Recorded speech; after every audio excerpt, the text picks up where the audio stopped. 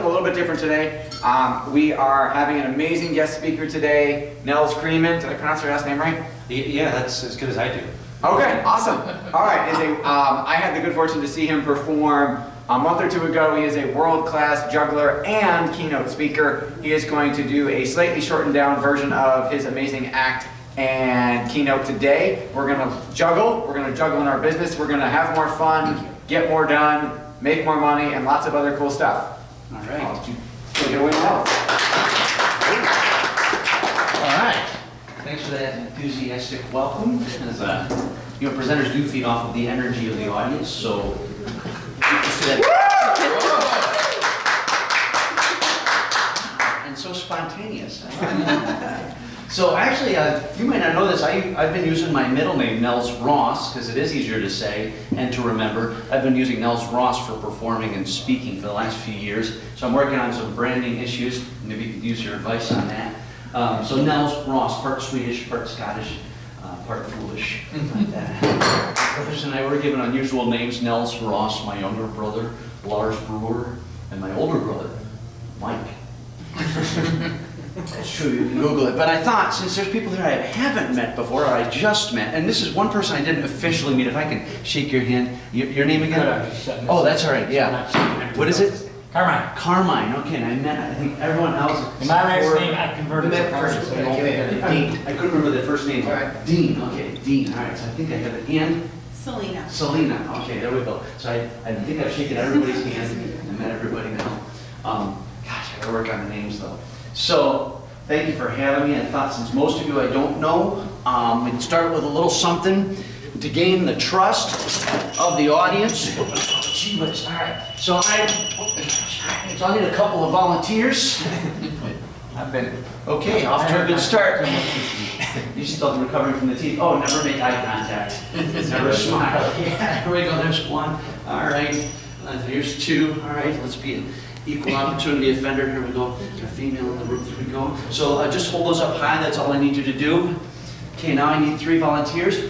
The ones with their hands in the air first. That's super. If you could just stand up and join me up front, please give them a hand for helping me. Appreciate the help. Have you seen this part? I know. Yeah, all 3 of us. Yeah. And we'll line up here, introduce you. Got some light here. All right, so Selena and Dean. And, oh, no, I'm sorry. You're Dean. They're both Craig with a C, I remember. Okay. You're Dean. And again, Bruce. Good memory, Bruce. Okay. So what you're going to do is you're going to line up this way. So Bruce up towards the front, Craig, Selena, you're going to hold them vertical and angle in a little bit, because on the count of 3, what you're going to do is throw these at the same time to each other. This will be great. All right. I'll come over here where it's safe. 1. Okay, which is crazier, that I suggested it or that nobody's stopping you? Some friends you got here. I got a better idea. You're going to throw them to me one at a time. One at a time. That's kind of important.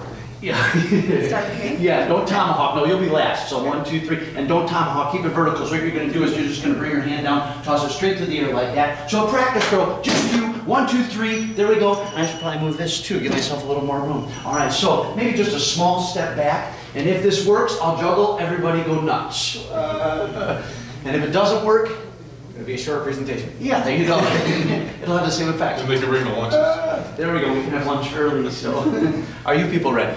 Yes. All right, let's try this. Here we go. Bruce, go ahead. I'm serious. In the middle, I'll pick the hand. Number 2. Yes, and number 3. Let's hear it for my volunteers. As they find their seats, go, Bruce, while you have a chance. Yeah. Right. Wow, that worked. First time for everything. Watch the spiky one. This one here, under the leg. Whoa, behind the back. Whoa, in slow motion now. Whoa. Whoa, is anyone buying this? Okay, for real, under the leg is like this, behind the back like this, and big finish. Oh. Yeah. Thanks, so a little something to gain attention and maybe gain a little trust. The truth be told, everybody likes the flashy stuff, the dangerous stuff.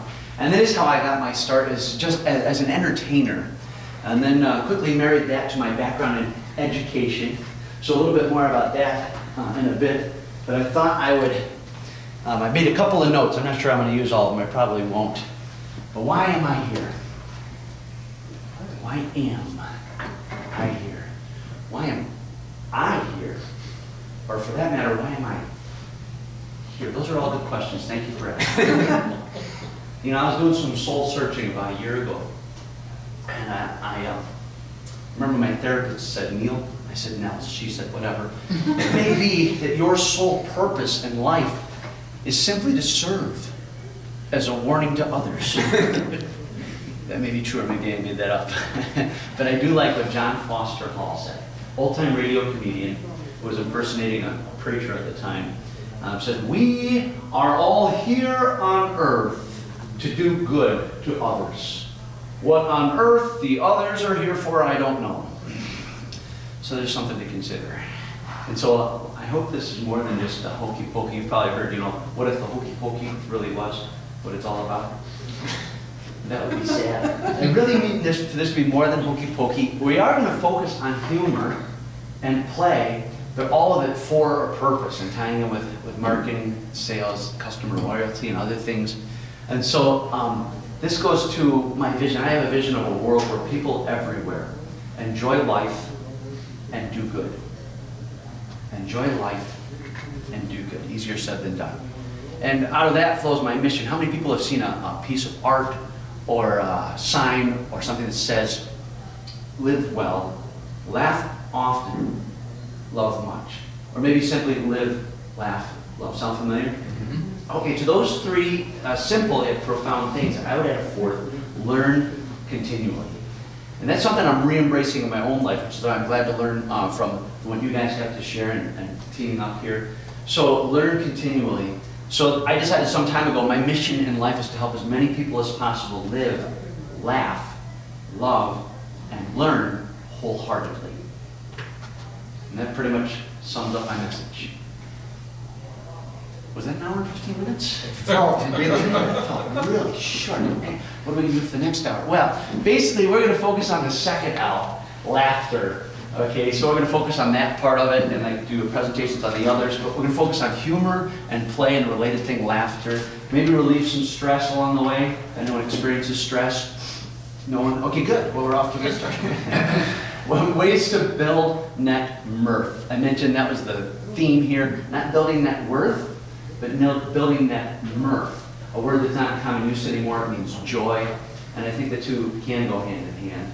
And maybe along the way, a way we become better human beings is to be better humor beings. So here's to that. A little background now, and I have to tell you, I usually do presentations for bigger groups. So I want to welcome, if you have any comments or questions or things to toss in there, I'm glad to have the interaction or any questions. We're going to make this a little more free form. But I'm used to doing, you know, presentations for a bigger group, so hopefully it'll be a little less formal and you can feel free to jump in. But I'll share a little bit of my background, because obviously as an entertainer, humor and play are an important part of my work, but they've always been a significant part of my life. So I started juggling when I was 8 years old. I'll show you some things I've learned. And no one cares. Okay, well, anyway, actually, that wasn't fair. We'll have time for applause if I earn it, but let me share with you a little bit of the story. Believe it or not, it was my mom who encouraged my interest in juggling and other arts. I told Mom I was going to run away and join the circus. She thought it was a good idea. She packed my bags.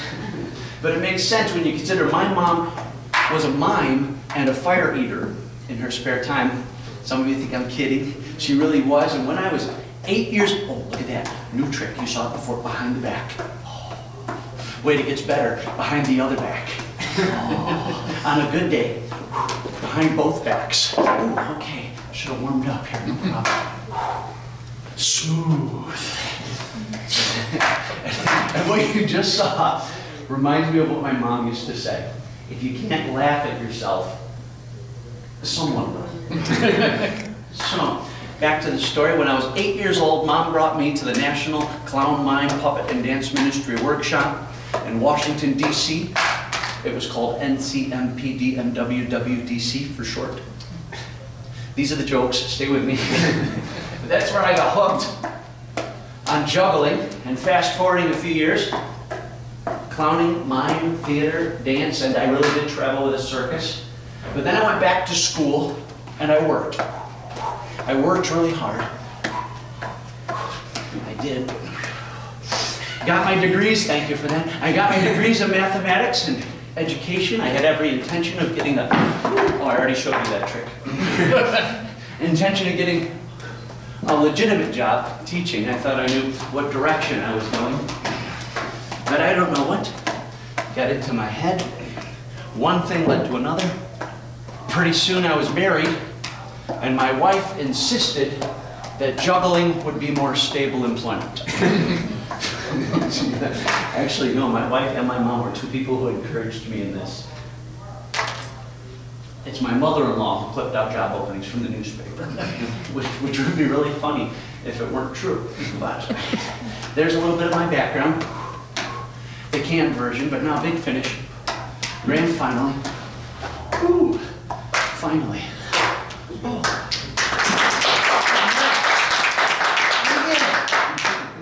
So, Mom really was a mime and a fire eater, and storyteller, and singer, and dancer, among other things.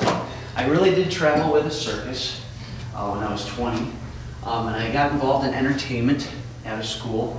And with a background in education, I decided to combine my education and performing arts backgrounds and started doing educational programs in schools. So using this for a different end. But then, you know, at least one person I got to know, Bruce Baum, another Bruce, a mutual friend here. And Bruce and Paul Chuggy and Catherine and Sweeney and others who were part of the Roswell Park Humor Project. So Roswell Park, of course, we're all familiar with, do wonderful work. Well, this is a group of volunteers whose sole purpose was to find ways to bring joy to the visitors of Roswell. And there were people like Paul, who started the whole thing. He went to the administration, he said, I want to have a big cart for fun and recreational therapy with movies and funny books and coloring books and games and magic tricks. And they said, great, until they came out with this big red cart, fun and recreational therapy, fart cart. And they said, oh, we can't have that here. They still do. Now, it's not a big red unwieldy cart, it's a smaller one that can go easier from room to room. And they still have volunteers like Sue Spindler, a retired teacher. God bless her. She has wonderful stories. Oh, let me save one for later. Bruce, just for example, you can picture him doing this. He'd come in, we'd be sitting at Lake Effect Diner, having breakfast, and he'd plop down his bag of stuff. It was a urine sample bag. Or no, a medical bag of some sort. I'm like, Bruce, what is that? He said, well, it's not what you think. I just keep all my stuff in it, no one bothers it. Put it right in the front seat in Buffalo. Never had a problem. And hey, you want to see my stool sample? And he reaches in and he pulls out a little wooden three-legged stool. His sense of humor, okay?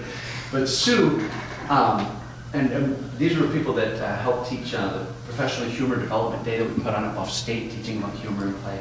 And Catherine and Sweeney did the same. But Sue shared this story that stuck with me all this time about a gentleman who came in. He was slumped over in his wheelchair, refused to cooperate with the doctors at Roswell. And his sister pushed him in, and she was nearly in tears because he wasn't cooperating, getting the help that he needed. And so Sue was flagged in. They called her in, trying to maybe break the ice, and she just has this way about her. She had her colorful vest and her buttons. And she started interacting with his sister because he wouldn't pay attention. And it got her to laugh out loud. And then she asked him, excuse me, could I give you a kiss? You don't have to answer, okay. But she handed him a little foil-wrapped Hershey's kiss when he looked up. And so he responded. He started cooperating with the doctors. And later at lunch, they got to sit down, and the conversation and the laughter flowed more freely. And then on the way out, he saw her again. And he stopped the wheelchair, and he got up, and he said, you're a dangerous lady. I hope to see you again next time. And then he took his sister in his arm, he waved off the wheelchair, and he walked out. And, okay, this is anecdotal, right? This is not scientific, but we've all seen the power of humor and play at work. And so I fell in love with these people, and they helped me to see that laughing matters. So let me ask you, when I say laughing matters, let's make this more interactive. What are some of the benefits you think of for not just humor, but laughter? That's the physiological response, and mirth, the emotional response. What are some of the benefits that you think of for humor, mirth, and laughter? Just shout something out of the Build your Oh, thanks. So what are some of the benefits? Lower stress levels. Reduce stress levels. Boost your immune system. Boost your immune system. It's contagious. Literally contagious. They've done studies on that. It's the chemicals in close proximity and synapses firing. Literally contagious, yeah. Fosters communication. Communication. Builds trust. And building trust related there. Yeah. Actually, you've hit all the areas. I mean, physical, emotional, social. And so, how does it do these things? Well, we know, boost the oxygen level to your brain. Get your blood flowing. It helps you be more relaxed and open and alert and responsive. That helps ourselves and others to be more like that. It helps us be less stressed and anxious and fearful. And then, of course, the team building connection and communication. So those are, all the areas that it helps us in. And that's why I decided to share the message that laughing matters. In short, to be more healthy, joyful, and connected. And so all of these things together help us to be more productive. Something that, we don't usually think of fun and productivity as going hand in hand, but I knew this is a group that could appreciate it.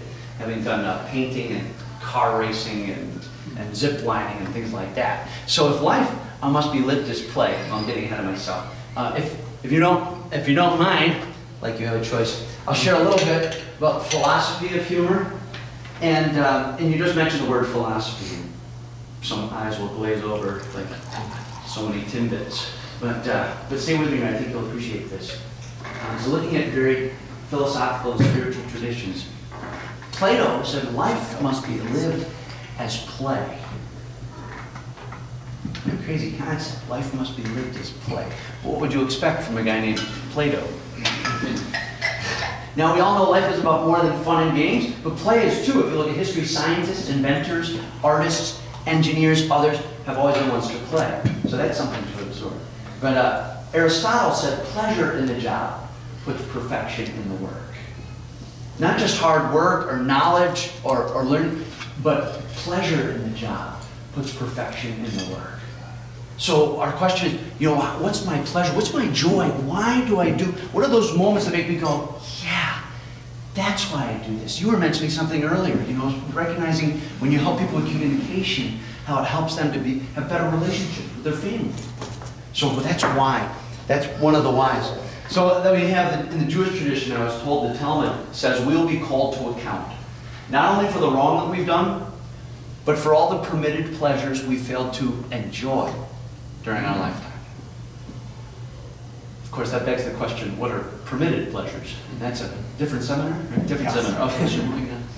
In the shared Judeo-Christian tradition, if you will, we read that laughter, dancing, joy, every good gift is from above, from the Father of lights, to be embraced with thanksgiving in its proper place. And we could go on with different traditions. In Native American traditions, there were contraries who would walk or dance or even ride their horses backwards to invoke laughter, or sometimes challenge the status quo.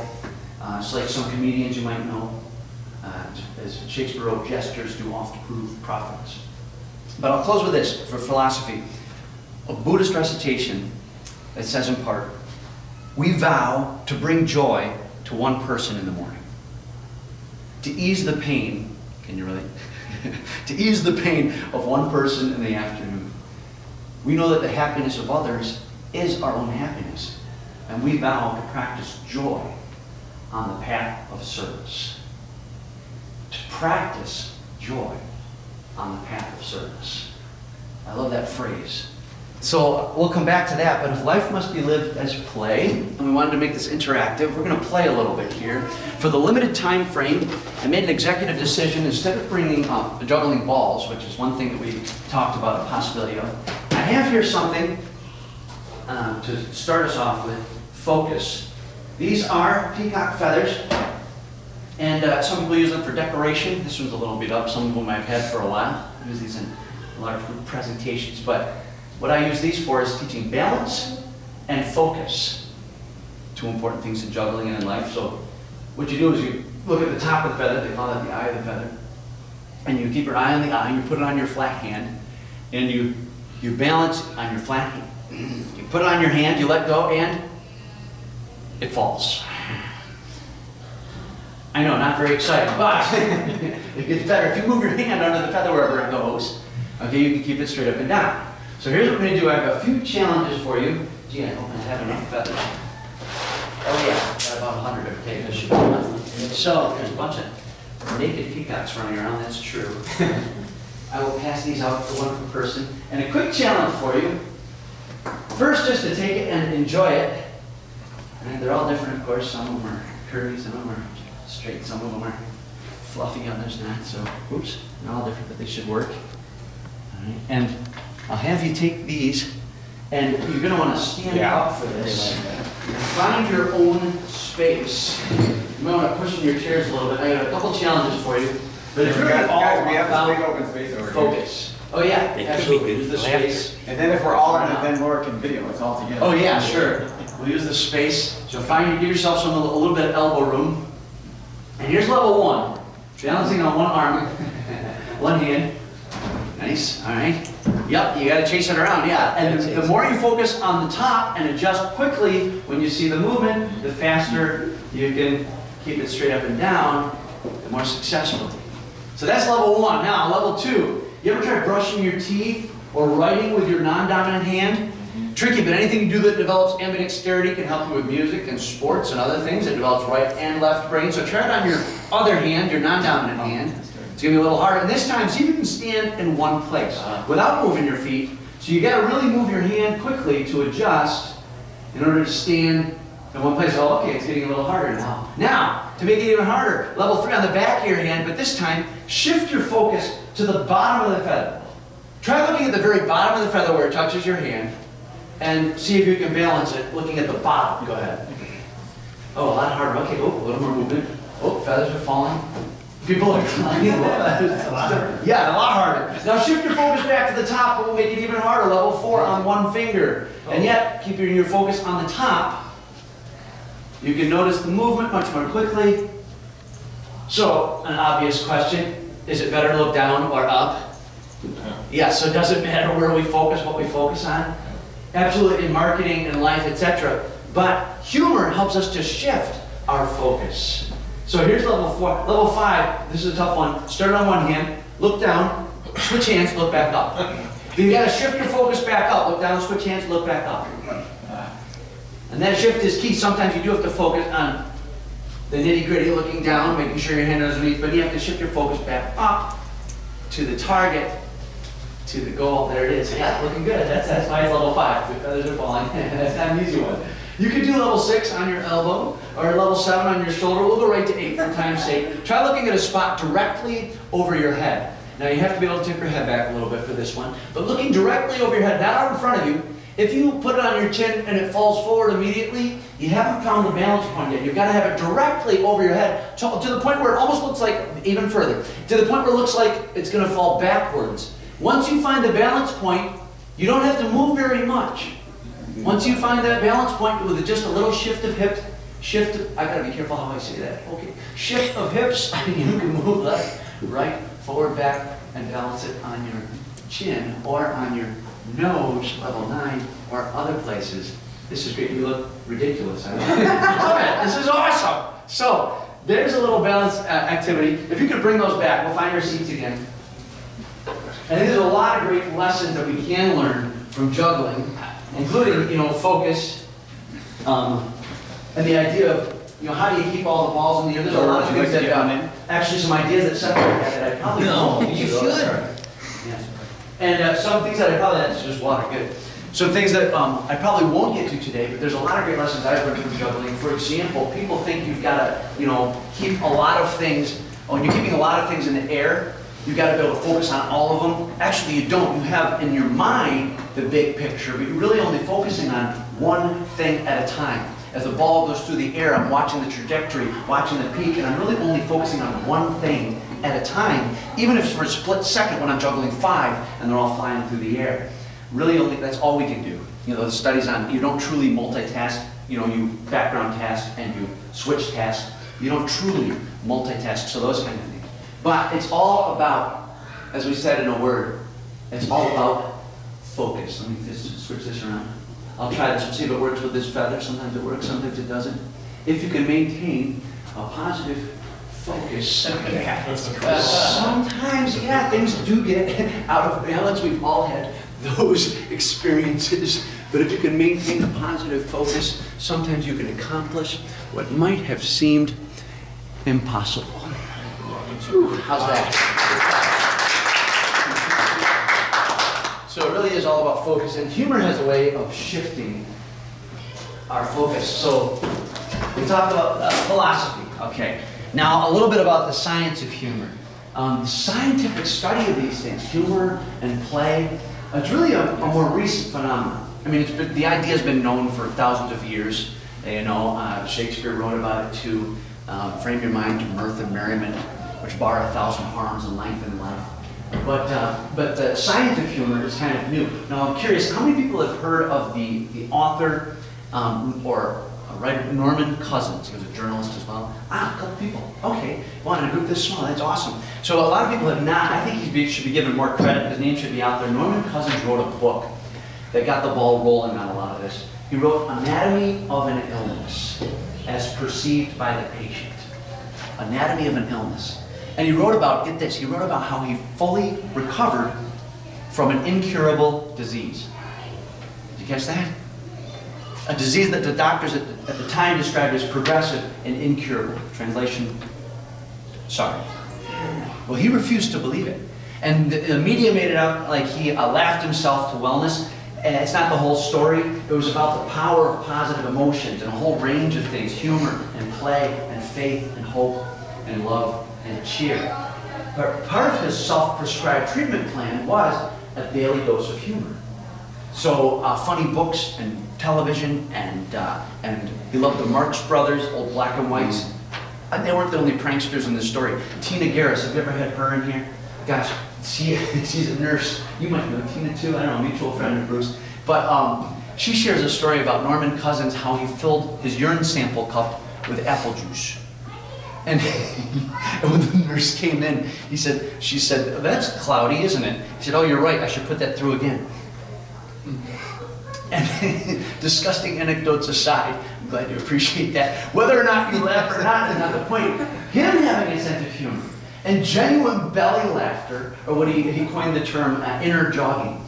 He found that through inner jogging, he had temporary pain relief, because it was a painful collagen disease that he had. Temporary pain relief, better rest, and generally a better outlook on life. So he caused a lot of people to look at this. And then, now, how many people have heard of Patch Adams?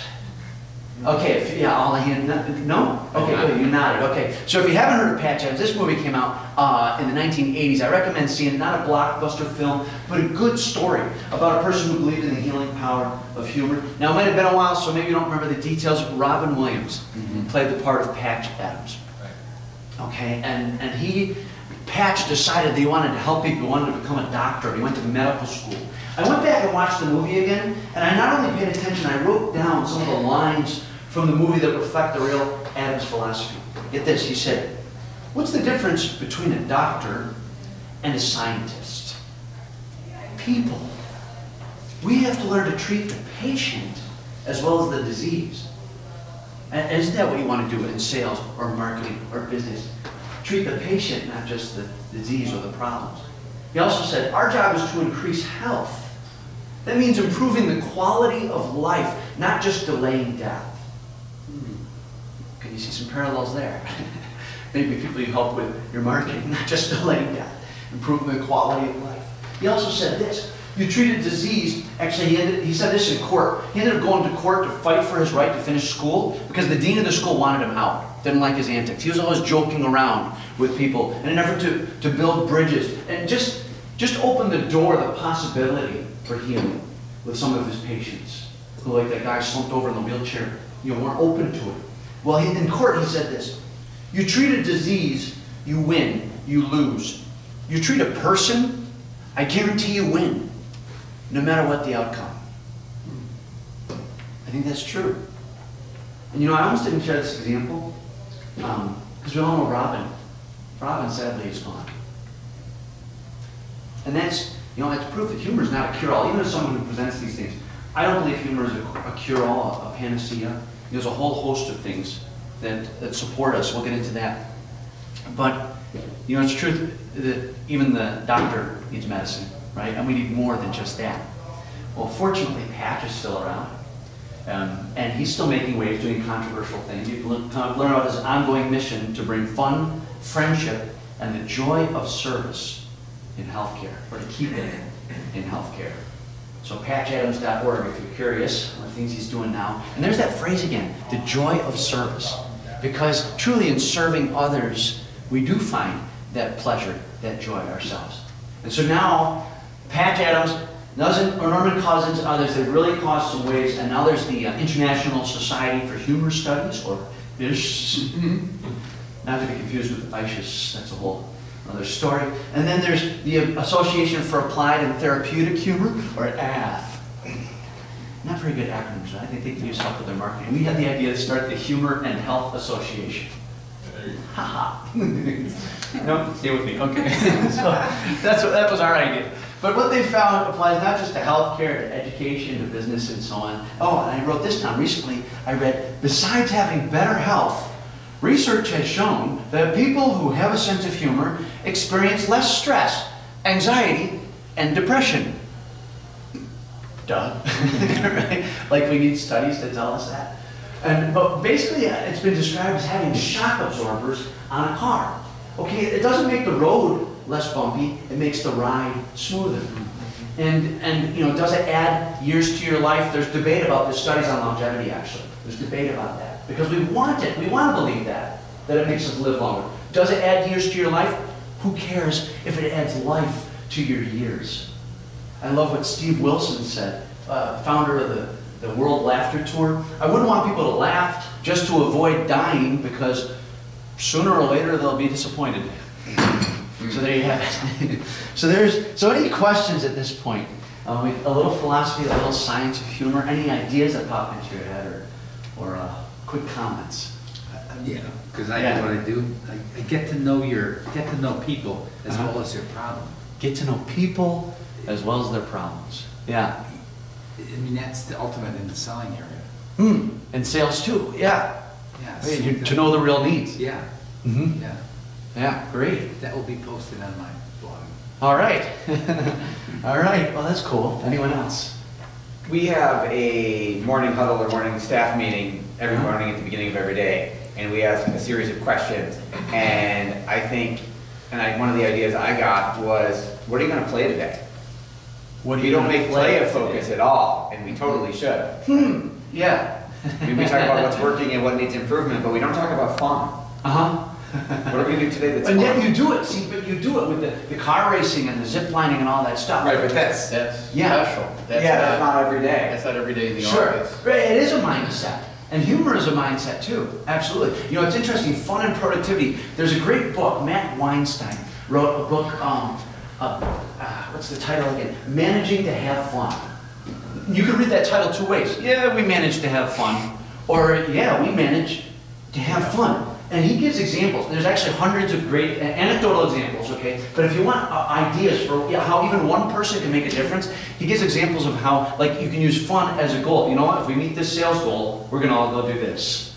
And, some companies do use that successfully. Or even just the way that you do things. And so he's got great examples of how even one person, like a receptionist who wore these beely boppers on her head, just decided to start doing this. And people who used to ignore her would stop and suddenly, and pay attention and greet her and shake her hand and get to know her. And then pretty soon they were giving her new ones. She had like hearts for Valentine's Day, and she had clovers for St. Patrick's Day, something for every month of the year at least. And it just changed the mood of the office. So absolutely, fun and productivity can go hand in hand. I did want to keep track of time, and I want to give a couple of examples. So how can I best use the time? This is a great little trick, by the way. Don't you love? You turn on your phone to get the time, and then it turns off again. This is an awesome trick. I learned this from my son. You swipe. No, that's the weather. You gotta unlock the phone, and you. Whoops. You unlock your phone, no. There we go. You unlock your phone, you go to settings. There's a little aside, a bonus, display, then auto lock, never, settings, display, auto lock. Are you taking notes? I can slow down.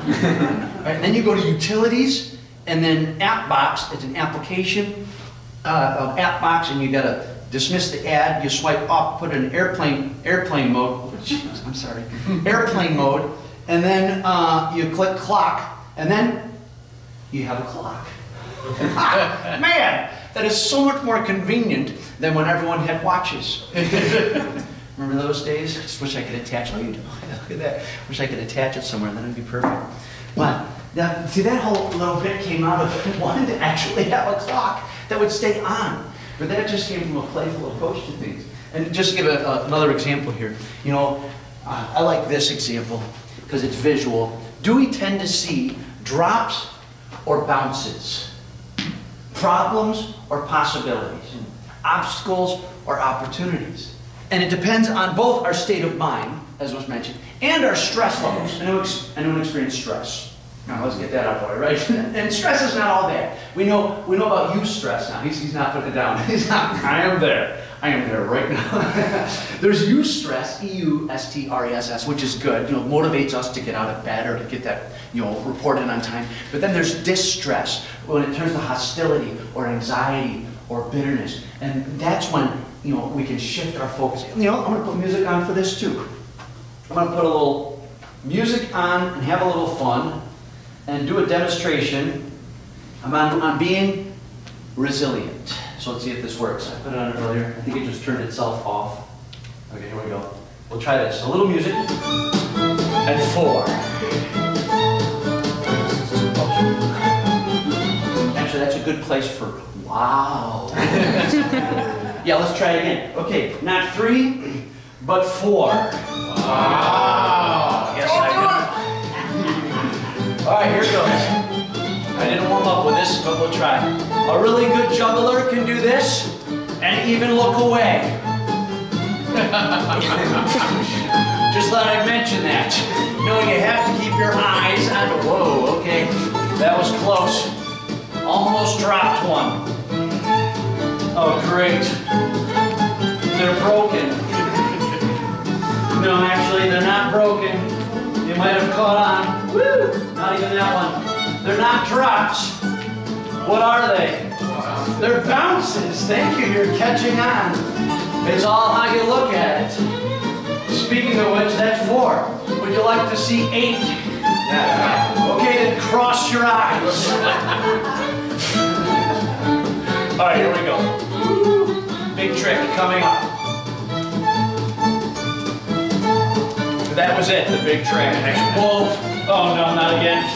Oh, great. Don't everyone panic at once. Take turns, it's always more fun that way. All right, here we go. Let me think. So you can't let drops or gravity get you down. Ooh, uneven floor. You've got to keep that sense of humor. Woo! Oh, there's a new one. Wow. I'm not sure how to stop. Stay where you are, I'll get it. You gotta keep your sense of humor. And drops can be bounces.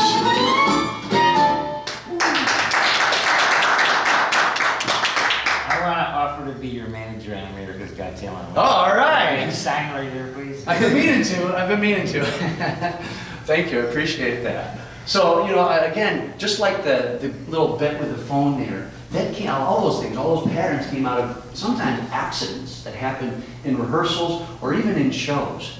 And drops can be bounces. So there you saw it literally. But hey, real quick, why not? Would you like to see more? Yeah. Yes. All right, we'll add another one here. Not 3, not 4, but whoops. All right, that one shrunk in the wash.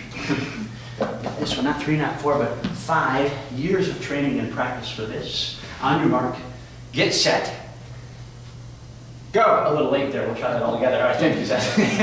On your mark, get set, Go. All right, there we go. Now, I'm not cheating. When I learned this one, I had the book upside down. Actually, when I was this. Back when I lived in my apartment in Buffalo, my downstairs neighbors were not too happy. Ooh, but here goes. We'll try all 5 up in the air. Okay, clap quick. It doesn't last long. You might need to. All right.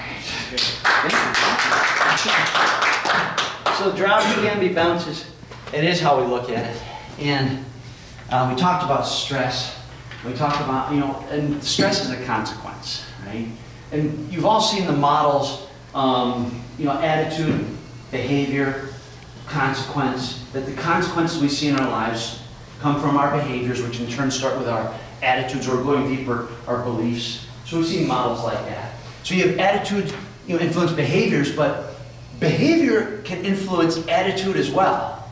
Our physical state can affect our emotional state and how we believe it, how we believe or look at a situation. So now there's this whole movement called laughter yoga, where people go through the motions of laughter to get the physiological benefits. And C.W. Metcalf, a humorist, he coined the term humorobics. So you can get the physiological benefits. So let's do this. Let's practice some humorobics. Try this with me.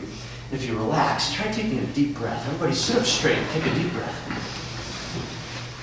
And let it out. And even doing that changes your mental state. Do that again. Breathe. And if you're relaxed, then you can try vocalizing like this. You breathe in and try You don't want to know what's going on. Try this one. Ready? Now I'm trying to get the lips loosened up, everybody. Yeah. That's a different version. I can't do it. Now get the tongue working here. Here we go. The tongue too. Try this one. So loosen up a little bit. And now relaxed. If you relax your face and you smile, one of the first things that happens, the corners of your mouth go up. But if that's all that happens, this is what you call an insincere smile. I'm sure you've seen it before. Right? No problem, Seth. I'll get that done before the meeting. But then, good. Now the eyes squint, right? And you get laughter lines. They're not wrinkles, they're laughter lines. So try this with me. Take a deep breath. Relax. Turn up the corners of your mouth. Squint your eyes. If you don't know what beady eyes, you got to raise your eyebrows. Loretta LaRoche says this makes you look thinner. I don't know, so works for me. Now turn and look at somebody. Go ahead and try to feel bad. No, try to feel bad. Trying to think of something negative here. And then, then you get the laughter, you get the movement, and sometimes, and then you get the other muscles working too. You got the abdomen here and other muscles. So try this. Just put your hands here on your stomach and you breathe out like a singing exercise. Ha, ha, ha. Force it out. Ha, ha, ha, ha, ha. You feel those muscles working? Ha, ha, ha. So let's put it together. All the muscles too. And you breathe in. Relax. Turn the corners of your mouth. Squint your eyes. Raise your eyebrows. Another breath. And then the other muscle, the anal sphincter muscle, you feel that? And then you get movement here, the shoulders in, and you start. And now why are we laughing? What are we laughing at? Nothing. We're laughing at nothing. But are you starting to feel a little emotional response? It might not be big yet, but you do. You have that follow the physiological response. And so you can do it. You can practice humorobics wherever you go. You can practice at the bank, in line, at the grocery store while you're checking out. I go for here if you want to practice a few more. Here's something great you'll appreciate. We talked about the science of humor. People send me stuff like this all the time. We'll practice a little humorobics. Feel free to comment on these. Glossary of medical terms. When I was going through something myself, I found this helpful to learn these terms. Anus, slang for it isn't us. No? Okay. Benign, what you be after you've ate. If you didn't know that. Right? Constipation, an important U.S. document. Dilate, to live long. Something take time. You know what an enema is? Not a friend. It's debatable. A fibula is a small line. I'm not sure how far I can go with this group. A genital, I was told, is a non-Jewish person. Only Bruce gave me this, so I would be a genital, just so you know. But anyway, rectum. Darn near killed him. Vertebra. A vertebra is a brassiere for a woman with one breast above the other. Did you know that? Are we recording this? Maybe I don't have this all out there. I don't know. X-Ray used to be Ray, but he changed his name. Now, and you know, some of these things, you could call some of these things, you know, pushing the envelope. But you know what they say, no matter how much you push the envelope, it'll still be stationary. Okay, Groner, yes, I know. And it all depends on the trust level you've built up. These, you know, some of these jokes I might not share publicly. Is this on YouTube? I might not share in church with certain friends or with my kids. Actually, I probably would share them with my kids. They have a good sense of humor. But it all depends on, you know, the trust you've built. And I think a great rule of thumb for being positively humorous is the AT&T test. Is it appropriate, timely, and tasteful? And that really does vary from person to person and your comfort level with one another. You know, the trust that you've built up. Not only that, but there are ways to be positively humorous. So just very quickly, wow, okay, what am I going to pack into this time here? Very quickly, on being positively humorous, there's a difference between laughing at and laughing with. And we can know that intuitively.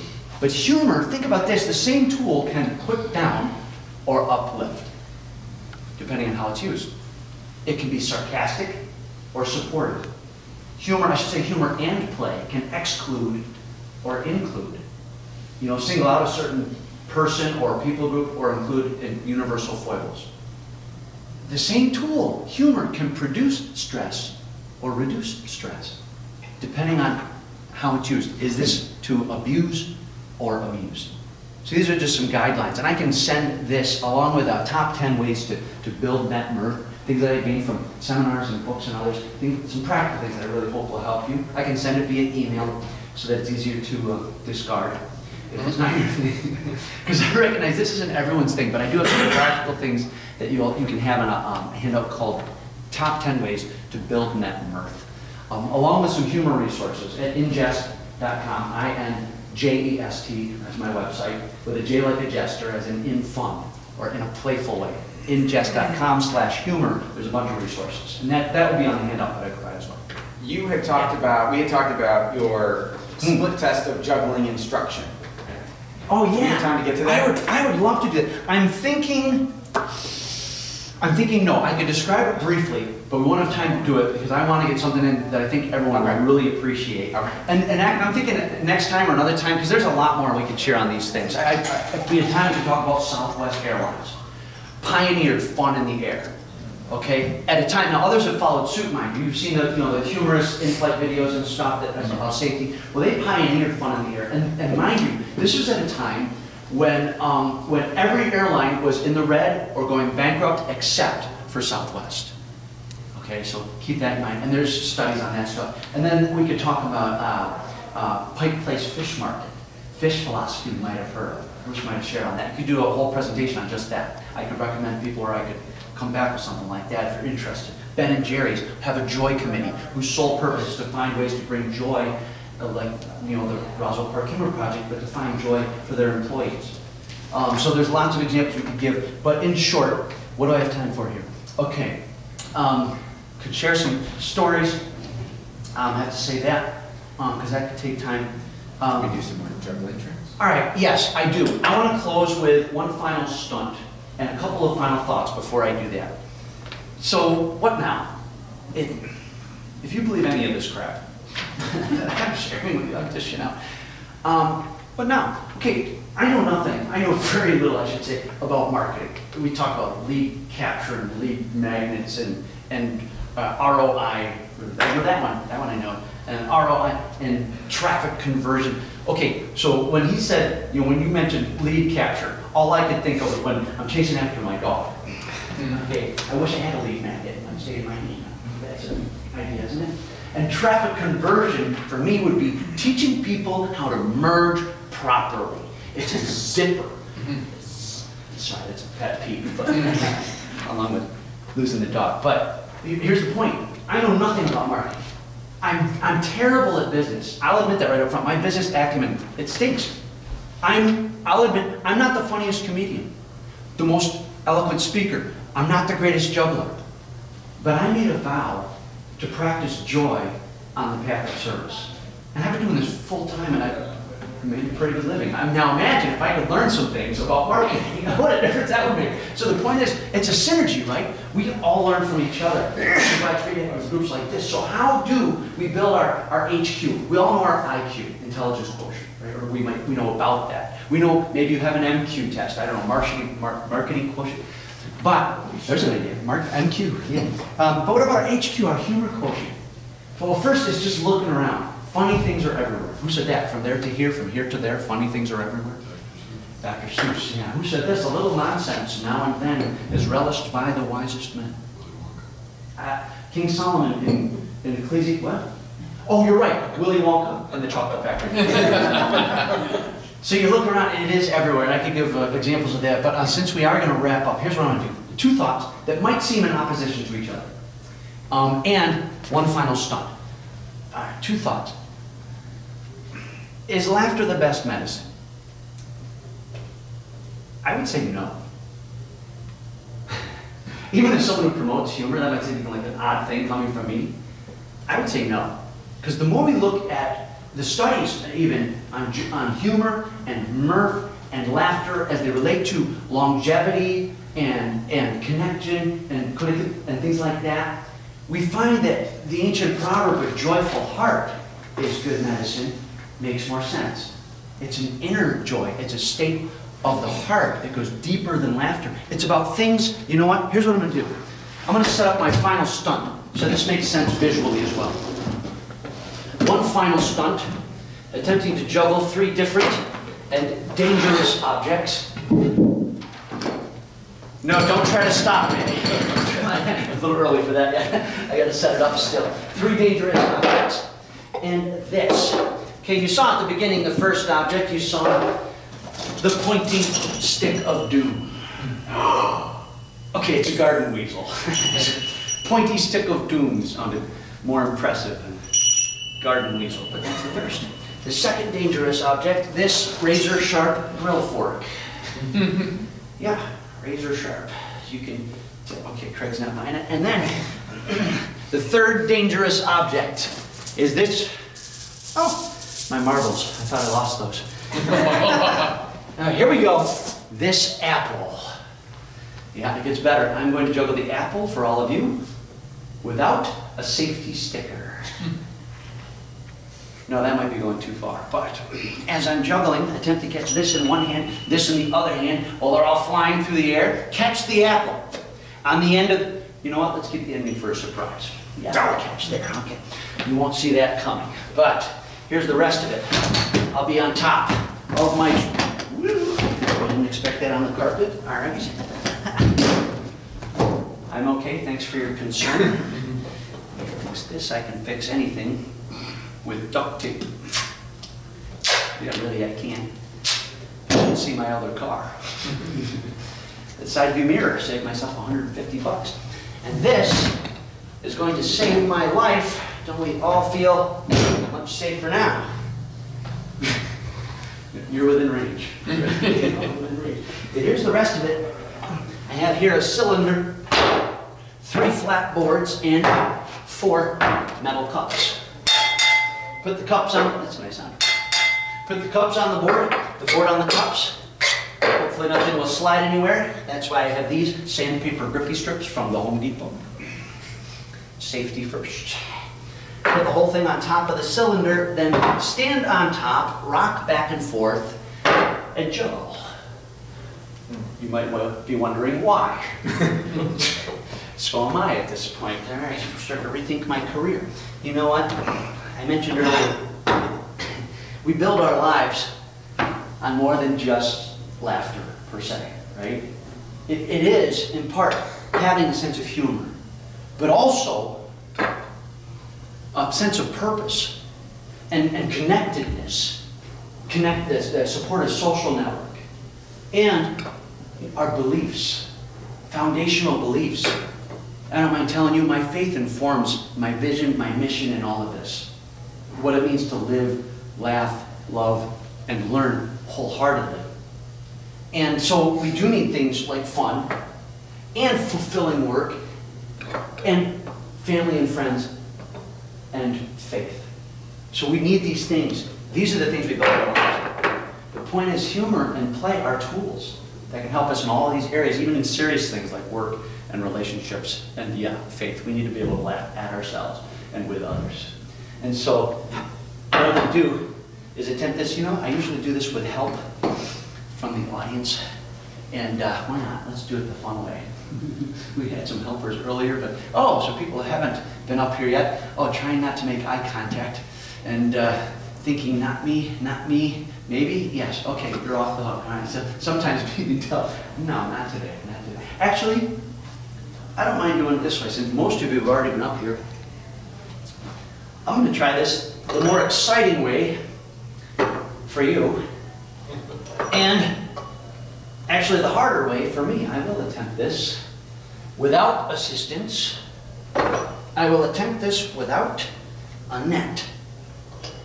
She couldn't be here. There it goes. And again, to tie this all together. My final stunt, for obvious reasons. A warning, if one of these goes flying into the audience, catch it by the handle. But you know, we all experience stress. Because life can be a stressful balancing act and juggling act. We're all trying to keep too many...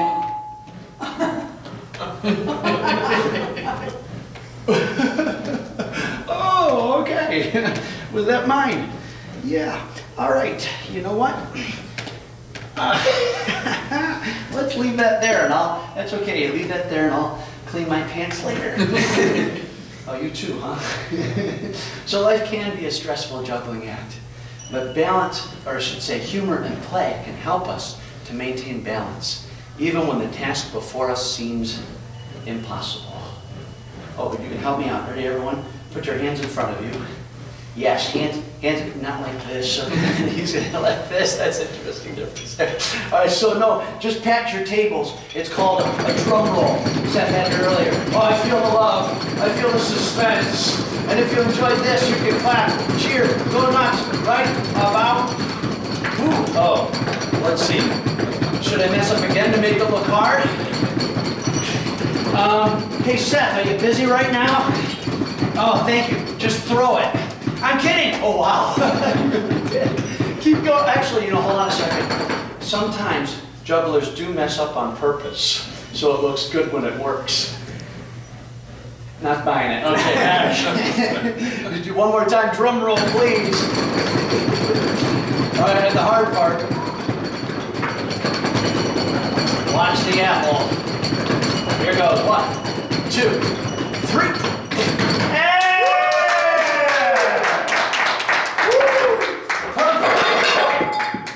Thank you very much. Very much. So I hope you enjoyed this. I hope you got something out of it, and may you make a vow to practice joy on the path of service. So thanks for having me. God bless everybody. Thanks, Thank you. How do you usually close? Do you open up to questions? I'm going to pack up a couple things, and I'm glad even though I push some things aside to answer any questions. Or did we have time to fit in one more drill for us? One more drill. If lunch isn't here yet, yeah, I guess we do. Yeah. Oh, wait a minute. I just realized something. You did say 1:30. I did. You have 13 minutes to teach us to juggle. I had 15 minutes in my mind. I had 1:15 in my head. That's because that's when you were placing the order. Yes. Actually, there's two things that we can do then. Forgive me, because I was thinking I had to wrap up by 1:15, and that's why I skipped a few things. So we'll do this a little bit out of order. It's always nice to finish with the finale. Oh well, that's okay. We'll consider this an encore. I'll put some things aside here. And I can both grab something from my car for the more hands-on, or I have two things to demonstrate. Well, you know what I love to do for the juggling part? because I have a whole thing tied together that would probably need more than 15 minutes.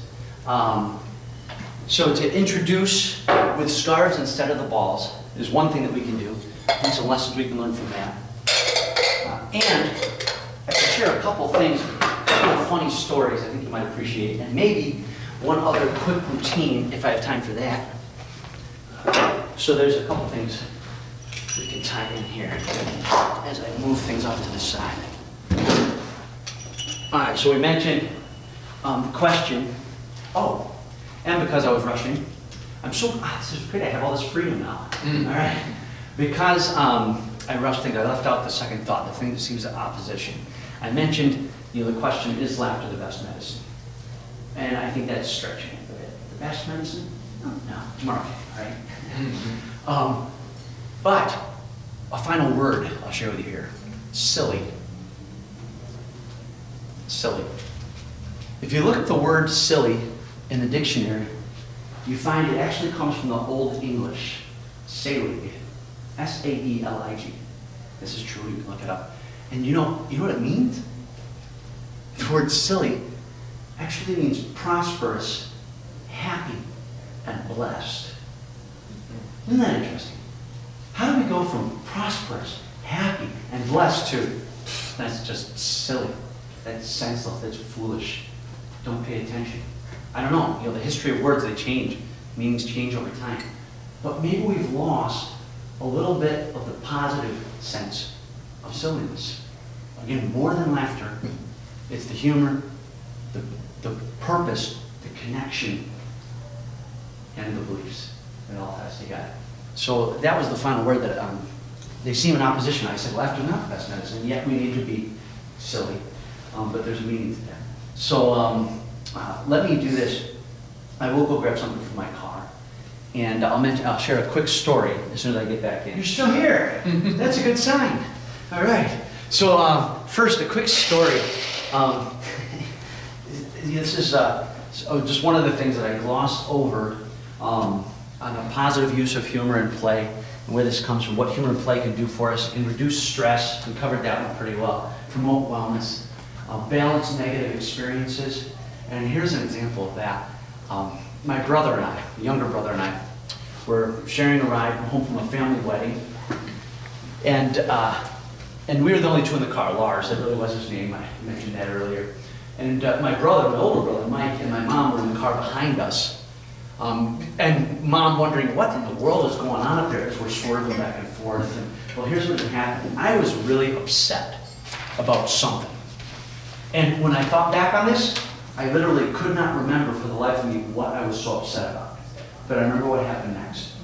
We were driving along and we had stopped for a Starbucks Frappuccino, something cold and refreshing, a little caffeine to keep us on the road. And I'm trying to drive and take the stupid plastic off of the cap so that I could take the cap off and keep driving.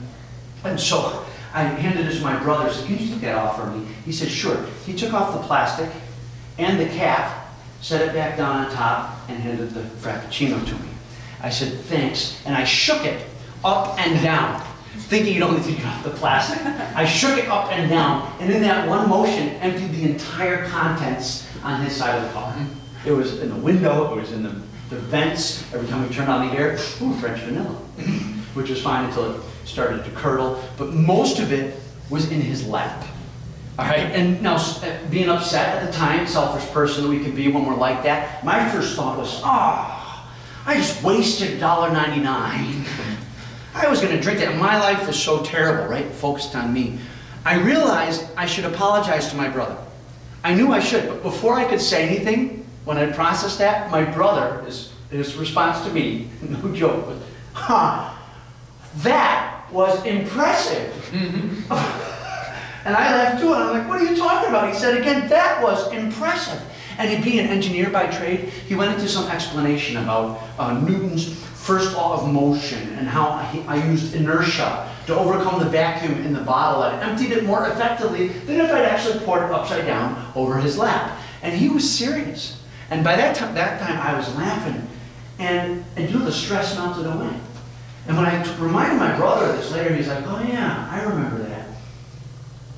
What a humbling reminder from my younger brother to me of how it's not the situations we face, not the difficult people or problems, it's how we respond that matters most. It's how we respond.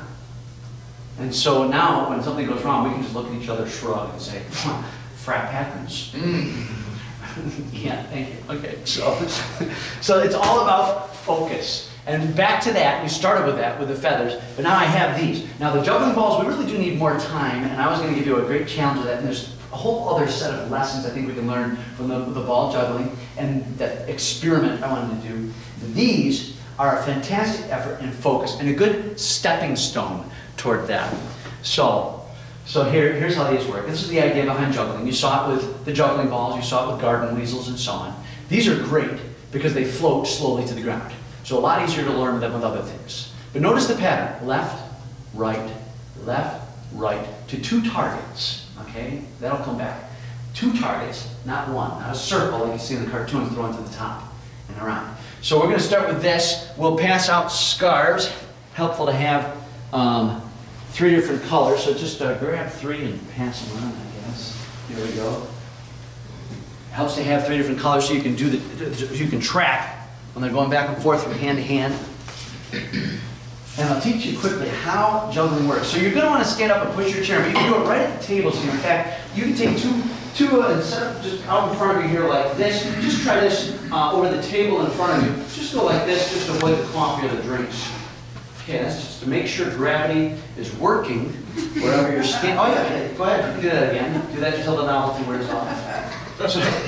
And some of you could be here a while. Okay, that's fine. But no, the point is, we think of gravity as the enemy of juggling. You could not juggle without gravity, right? Think about it. That would be a quick act. When they'd be gone. You have to have resistance in order to do this, and that's a whole other lesson. But you get the idea. 1 scarf. The reason I had you do that, set down 2. Just take 1 scarf and hold it like this. You let it hang down. And take your hands like this, like you're holding a tray with just your fingertips, okay? You usually hold a tray like this, but try it with your fingers. Raise your hands up. Here's the top of the box. And here's the sides. And this is the window, the framework that you generally juggle in. That's all you need. And you're going to throw from this corner to this one, and reach up and catch with the other hand so it looks like this. Throw across, and you catch down. And then from this corner to this one. So you're making diagonal throws across the box to the opposite corner. Throw across to the opposite corner, right to left to right. And there's that X again, throwing across here and across here. Remember, 2 targets, as we said at the beginning, and that is key. When you're throwing back and forth to 2 targets, just do that 5 or 10 or 15,000 times. You got that. Now, if you toss it nice and high, let it float, you have time. If you can clap your hands before you catch it, you've got time, or 2 claps. All right, or clap it behind your back, or up your leg. Maybe not with dresses on, I don't know, leave that one on. But you've got time for a second one. So here's what I'm going to have you do. Put the second scarf, and I'll point something out here. First is being willing to overcome our fear of foolishness. Okay, because we're going to look foolish doing this if you haven't done it before, especially. All right? But then, it's also beginning with the end in mind. Isn't that Stephen Covey, right? Beginning with the end in mind. If you have a circle in mind, like you see in all the cartoons, you're going to be stuck. Now, how come I'm doing crisscross to 2 targets? How come I mentioned that 3 times now? 2 targets, crisscross like that, here and here, instead of a circle like everyone's done. Okay, how many people have done this? You've taken 2 objects, you've thrown them in a circle, and you say, I'm so cool. I know I'm not the only one. A lot of people, ready to start with this. And that's what you see in all the cartoons. But we're doing crisscross because, look at the difference. If I show you with 3, here's what 3 looks like with 2 targets, crisscross, and 1 on the floor. That's all part of the plan. Crisscross, crisscross. And now look what happens when I change to a circle. Watch what happens. All right, whoa. All right, so which one do you think is easier?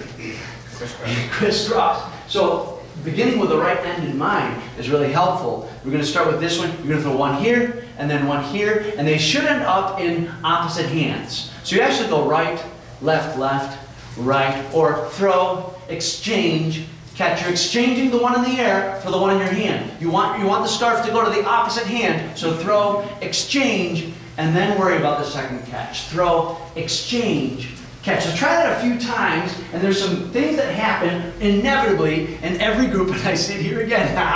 Yes, all right, now I'll point out a couple things. If you find yourself doing this, how many people went, no, no, and you find yourself stuck in a circle? Try starting with your other hand. Try starting with your non-dominant hand and throw left, right instead of right, left. If you're left-handed, try right, left. Okay, so if you're right-handed, try left, right. Now, they should have an opposite hand. So, if you got this going on, crisscross, and you catch them with the, if you're reaching across to catch, they end up in the same hands. Okay, I won't point fingers, but that happens. So, after you throw across, track it, make sure it's ending up in the opposite hand. And when you can do right, left, the focus is all on the targets, not the catch. If you can hit the targets, the catches will come out of it. Don't even worry about the catches. If you can hit those two targets, and just let them fall into the opposite hands or grab them with the opposite hands. Just where it focuses. There it is. If you focus on the targets instead of the catch, you're going to hit them. That's it. So crisscross it. It should end up in opposite hands. And you catch straight down. So there, I noticed you're reaching across to catch because we want to go right, left, right, left. It's actually left, right, right, left. So I release and I catch it in the same motion. So left, right, right, left. So it's a little different, right? That's why I say throw, exchange, catch. So the whole focus is on the exchange. And this is where that test would come in. I would love to do two groups and to have one do the exchange with just two in one hand and then one do three. But this is a key shortcut to help you, ready? Grab one like this. And this will help with that exchange. Stick out your index finger and thumb, and you hold it in the same hand. And that way you can throw one without letting go of the other one. Okay, you're going to throw one. When it's up in the air, this will help with the exchange, which is the basis for all juggling here. When that one's up in the air, you throw the first one, or throw the second one and catch the first. So it's throw, exchange, stop. Just that much.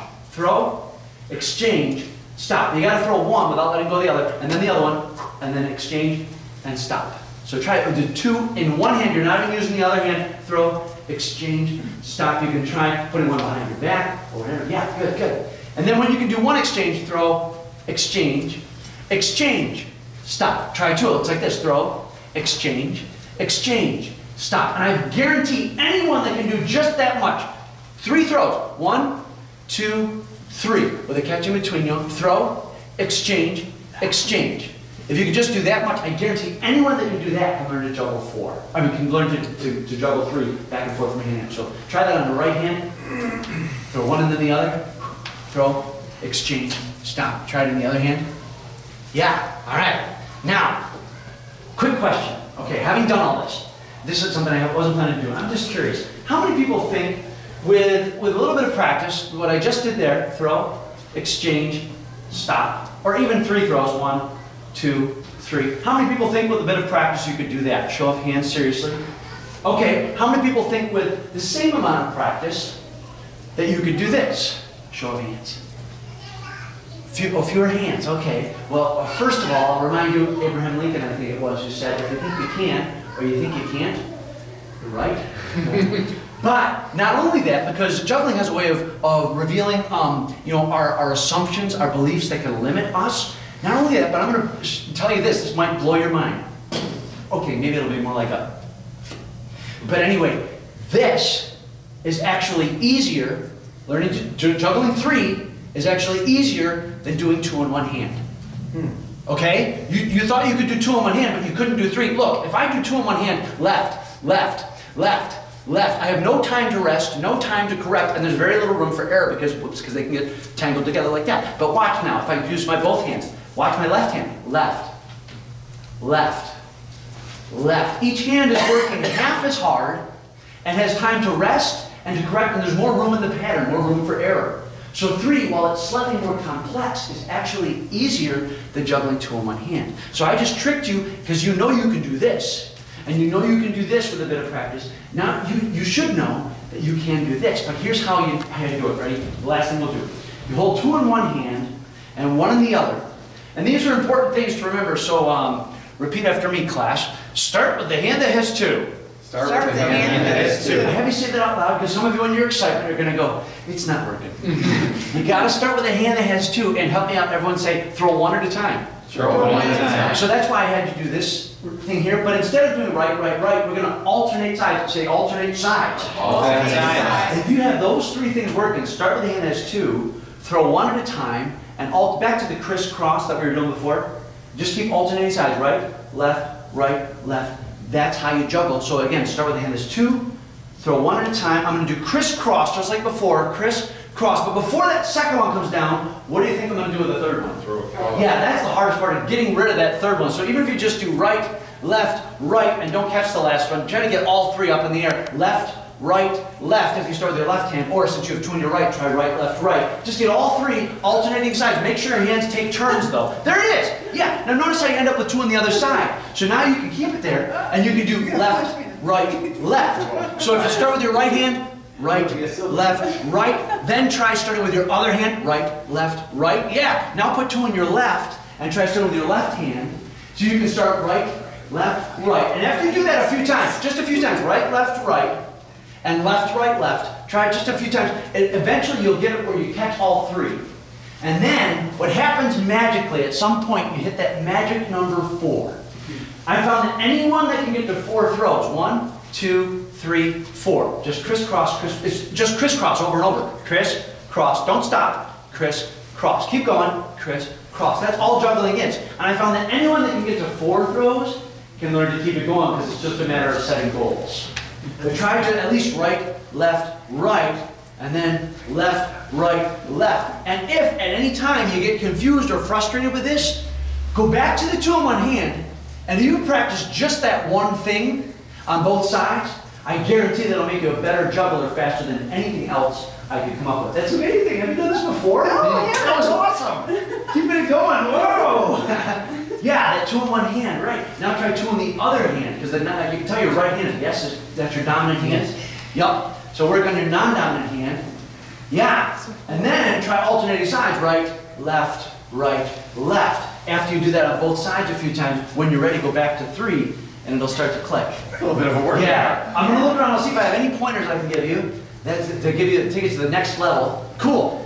Now, keep your focus up. That's good. If you can drop your focus like I did for just a moment, that's where they're going to go. So I don't even have to, when I'm juggling, you saw me juggling 5 earlier, okay?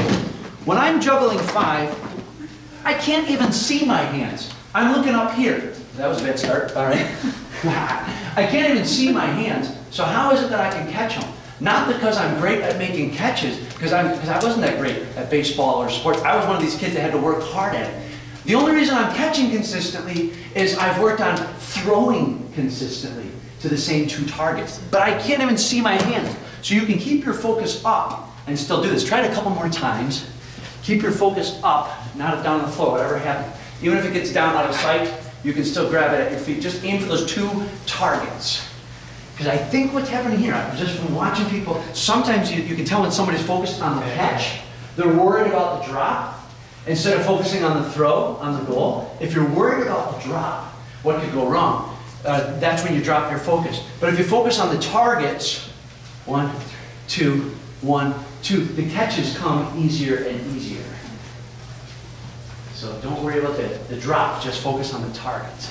And that 2 in one hand technique, I think, is probably the best thing to work on here, because that'll help you with the exchange. Because what you have going on, now, and taking your time will help here, because if you rush, now you're not sure which hand goes where. If you take your time, you actually have lots of time when you're doing exchange. But it goes back to doing it with 2 in one hand. If you can do it nice and slow on one side and on the other, exchange. You can take your time with that, then you can take your time with this, and you won't rush it. You're really only focused on one thing at a time. And you're not enough for everybody, but can I try it with 3 balls? Yeah, absolutely. All right. Now, Seth has done juggling before, along with the magicians, I have not done any soccer juggling. players. I can tell you a number of people who tend to pick this up quickly. So Seth has tried this before. No, I have not. Oh, really? You haven't done the juggling No, balls? I've never tried that. Sweet. I love the way you're Alright, going. so- Anybody else want to try juggling balls? I would like to try. You want to try it? All right, here we go. Have you done it before? I can do it, but now that you tell me where to focus, There you go. Alright, so why is this Go feel ahead. so different? You're going for the juggling balls. Well, but first of all, they fall a lot faster. I mean, you look at this. Yes. Right. You get all the time in the world to grab that before it hits the floor. Second of all, the thing that changes is your hand position. Instead of palms down and big arm movements, it's palms up and small controlled movements. So this is where you really refine the act. Just like, in marketing, you learn some basic skills and then you start to refine it. Same with juggling. You got to refine your throws and it's small controlled movements. But there again, it's all about hitting the targets. It's not about trying to go faster per se. It's all about hitting the targets, taking your time, aiming for those 2 targets. And if you juggle a little bit higher, a little bit above eye level, but no higher than you can reach. If you go higher than you can reach, it's going to be hard to keep it under control. If you go too low, it's going to be too fast. So somewhere in this range right here is a good height. So go for it, go for it. And I can give you some tips. Yeah, take your time. 1, 2, 1, 2. It's all about rhythm. Yeah. So is this your first time doing this? Sweet. I love it. Yours too? Ha! I love it, learning new things. And if you even, I'll tell you right now, if you even get this far, and I saw both of you do this, if you even get this far, right, left, right, and sometimes catch them, and left, right, left. That's as far as I got after my first juggling workshop. And it was an hour-long workshop. I was not a quick learner with this stuff. I had to work hard at it. But if you even get that far, you've got everything you need. Everything you need to juggle through. It's just, taking turns right, left, right. Craig and I both have 3. How do we get the 4th one? Woo! I love the question. So if that's 3, how do I do 4? No, I mean, how do we get the next one to go? Oh, the 4th throw. Yeah, the 4th throw, not 4 balls. No. I love it. Okay, the 4th throw, because what we have in mind, and I think it was happening, where was it? I think it was over here. You have in mind 1, 2, 3, 1, 2, 3. It's actually not. That's why crisscross is the thing to keep in mind. And the alternate guys, if it helps, and this might help you too, is think right, left, right, left.